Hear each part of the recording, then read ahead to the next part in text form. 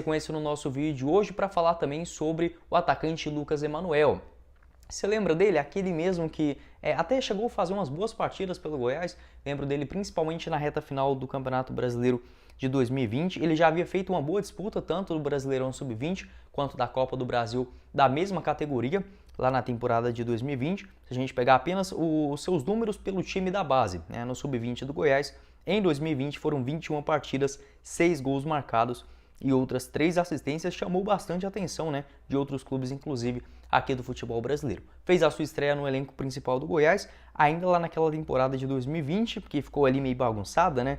Praticamente ele estreou oficialmente contra o Atlético Goianiense lá no dia 13 de janeiro de 2021, válido ainda pela temporada passada no Campeonato Goiano. O Goiás já com aquele time todo reserva, que estava focando, se nem o titular era bom, quanto mais o reserva. Coitado dos garotos, né, que subiram naquela ocasião. Foi o caso também do Lucas Emanuel e por incrível que pareça, conseguiu até um certo destaque. Entrou em campo contra o Atlético Goianiense, 10 minutos, não conseguiu fazer muita coisa, mas marcou ali 2 gols, 2 golaços, inclusive contra o Goianésia, em uma vitória fora de casa por 3-2, e também foi titular contra a Aparecidense nas quartas de finais, né, daquele campeonato goiano de 2020, realizado, né, em 2021, por conta da paralisação no futebol. Ele, além disso, em 2021, até chegou com uma certa expectativa dentro do elenco do Goiás. Para você ter uma ideia, mesmo desses quase 1 ano e 6 meses parado, ele que machucou ainda em abril do ano passado, ele hoje só tem 22 anos de idade, né? Sua última atuação aconteceu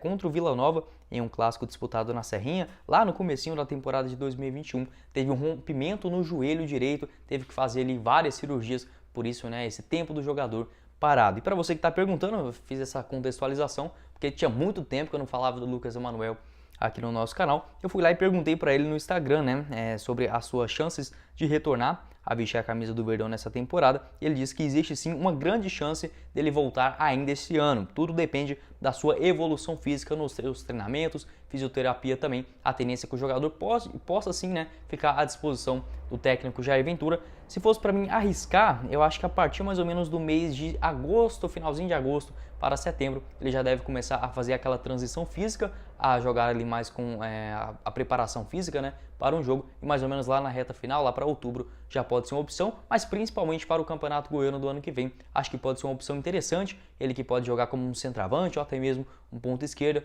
o jogador canhoto também, acho que tem um certo potencial pelo Verdão. Seu contrato vai só até dezembro de 2022, assim que eu tiver detalhes a respeito se irá renovar ou não esse seu vínculo por mais tempo, trago os detalhes aqui para você. O que você acha a respeito aí do Lucas Emanuel? Merece mais espaço dentro desse time do Goiás quando voltar de lesão, obviamente, e se você acha que ele tem um certo potencial para quem sabe ele ser um dos novos goleadores da base esmeraldina, né?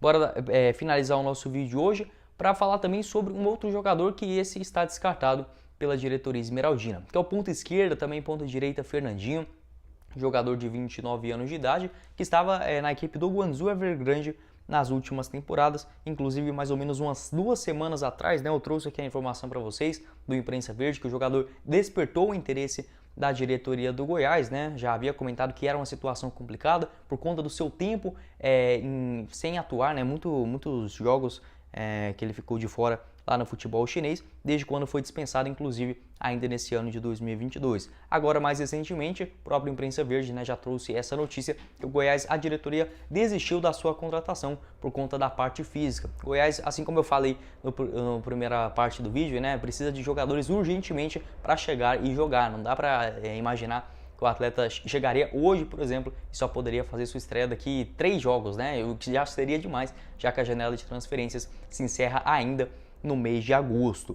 O Fernandinho, que estava por último no Guangzhou, né, Evergrande, lá da China, na temporada passada, onde fez apenas um jogo. Teve uma lesão e foi um jogador muito cobiçado, inclusive por outros clubes aqui do futebol brasileiro, ainda nesse comecinho de 2022. Clubes como, por exemplo, o Internacional e o Atlético Mineiro fizeram propostas oficiais para o jogador, né, que vinha se destacando demais lá no futebol chinês. Acabou que essas negociações, né, não evoluíram. O Palmeiras também foi outro clube que demonstrou interesse em contar com o jogador. Sua última atuação, para trazer aqui certinho para vocês, aconteceu no dia 9 de maio do ano passado, né? Ou seja, é muito tempo realmente que o jogador não entra em campo, muito perigoso esse tipo de contratação, né? Eu acho que se fosse para o Campeonato Goiano do ano que vem, é um jogador que ainda é relativamente jovem, 29 anos, e somou números extraordinários lá no futebol chinês e também em Portugal. Acho que não seria uma opção ruim não, com opção, até mesmo uma forma de um contrato de produtividade, né, melhor dizendo. Acho que até poderia encaixar dentro do time, ser ali relativamente ok esse tipo de aposta. Mas para chegar no meio de um campeonato brasileiro, vindo de muitos anos lá no futebol asiático, eu acho que toma pelo menos uma decisão sensata nesse momento da diretoria do Goiás. Por que eu falo que ele destacou tanto, né? No futebol chinês a gente tem menos jogos. Ele que está lá desde 2015.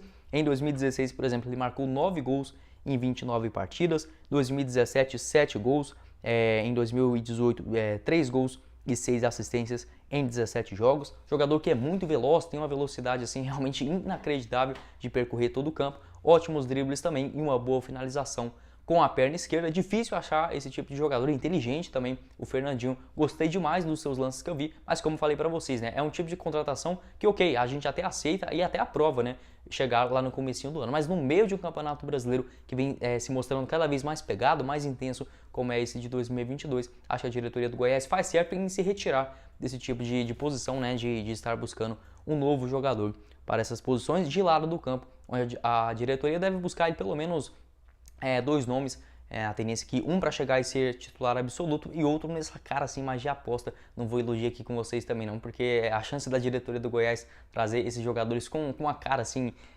que não vai chegar para decidir, né, é muito grande. Espero que pelo menos um tenha esse perfil, que conheça ali relativamente bem a Série A do Brasileirão. Para fechar sobre o Fernandinho, ele está 100% livre no mercado, jogador que não confunda, não é aquele Fernandinho ex-Grêmio e São Paulo não. Esse daí ele começou nas categorias de base do Atlético Sorocaba, passou no Flamengo em 2012 e também em 2013, fez um bom campeonato carioca pelo Madureira em 2014, antes de se transferir para o futebol de Portugal no Estoril Praia lá em 2015, e a partir daquele mesmo ano já foi jogar ali no futebol chinês, ou seja, praticamente 8 temporadas consecutivas lá no futebol asiático. Está livre no mercado, eu acho que até poderia ser uma opção viável para o ano que vem. Quero saber sua opinião aqui embaixo nos comentários e sobre as outras posições que o Goiás, a diretoria, deve priorizar, né, a trazer agora nesse Campeonato Brasileiro. Pelo menos, por exemplo, o Danilo Cardoso, né, que veio do Vitória. Pode não ser um grande jogador, com um grande currículo, mas pelo menos já vinha em atividade. E isto para um campeonato tão disputado, tão intenso, né, e principalmente na questão física, faz uma importância muito grande. E com o Jair Ventura, que sabe motivar também muito bem os jogadores, mas nessa parte física é fundamental. Quero saber sua opinião aqui embaixo nos comentários. Não esqueça de deixar seu like e também se inscrever aqui no nosso canal. Aí da sorte, GoBet, caso você esteja confiante numa vitória do Verdão, já corre lá para conferir. Vou estar deixando o link aqui embaixo na descrição. Quem falou com vocês foi o Guilherme e nos vemos na próxima oportunidade, meus caros esmeraldinos. Valeu, galera!